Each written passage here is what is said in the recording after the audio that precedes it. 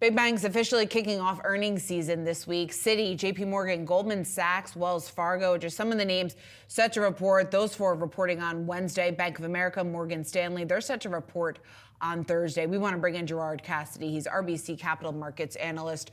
Gerard, when it comes to some of the themes that we're unpacking this week, I think the big question right now with the rates discussion where it is about whether or not banks are going to live up to that high optimism. What do you think?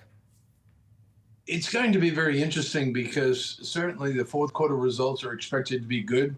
You're going to see stronger investment banking activity. Credit quality is expected to remain very healthy.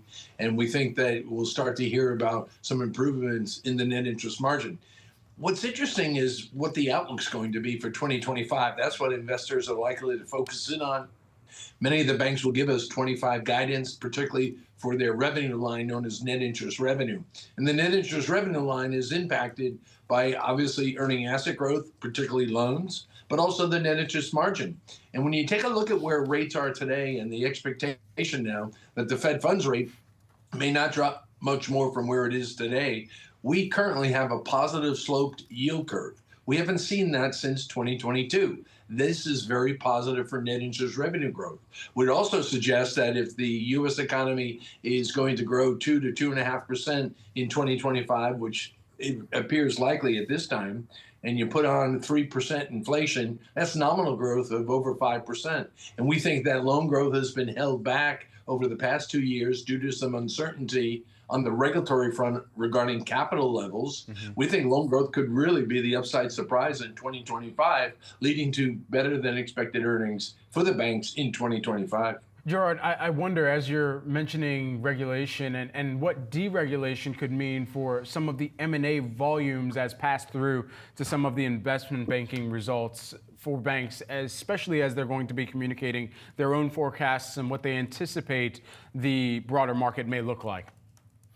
Brad, it's a good point because in the current administration, the Biden administration, they made it very clear from the very early days they were going to scrutinize M&A activity, and their Justice Department, the Antitrust Division, has prevented or blocked many deals. In fact, it wasn't the Antitrust Division, but as you know, the U.S. Steel, Nippon Steel merger was prevented. Both those companies are suing the U.S. government to get that deal done. So I think what you're going to see is under the new Trump administration, if you look back to his first term, it's going to be a more business-friendly administration.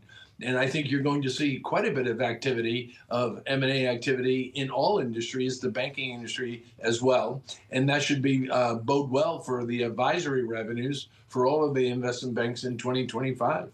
Gerard, who is best positioned given that environment?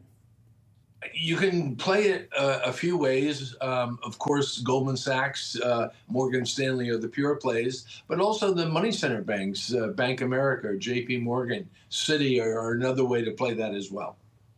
Okay, so all of these things considered, do you have a kind of favorite pick as you're looking across the broader banks and the growth? Because it seems like for all of the diversification that these banks have talked about over the past few years, that some of those measures are really going to need to come to fruition in 2025.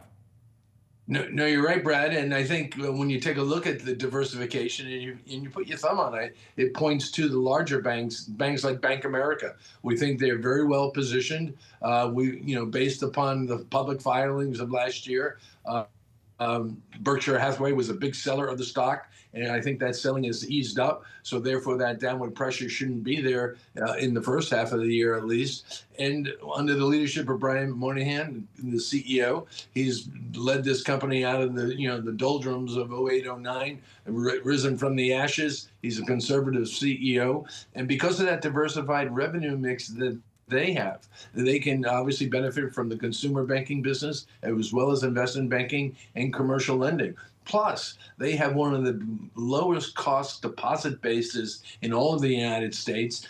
And let's assume for a moment the Fed funds rate stays at 4% 4.25%, and you think of commercial loans and other assets that are priced off the front end of the curve, that's a very nice spread when you have low cost deposits. Plus, they unfortunately in 2020 and 2021 took duration risk in their bond portfolio, but now as a result of those bonds going to be paying off in 25 and 26, they will be paying off and rolling over into higher yielding securities, which will also help that net interest margin.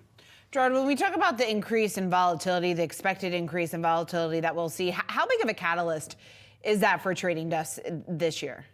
Yeah, no, it's a very good point, because Seana, volatility is what you need to really drive those markets higher or trading revenues higher. And you saw it, really stand out tragically with the invasion of Ukraine from Russia in the first quarter of 22. The volumes and volatilities were really high. Trading revenues were quite strong. So volatility is important. The corollary, or I should say the opposite of that, is less volatility should lead to stronger ECM business. That's the IPO business. So it's kind of a yin and a yang situation. But certainly, if there is increased volatility due to the uncertainty on inflation as we go forward, certainly the trading revenues could benefit from that. And the trading revenues, of course, for all of the big investment firms are much greater than the investment banking revenues. Gerard, thanks so much for taking the time here with us today just after the opening bell. Appreciate it.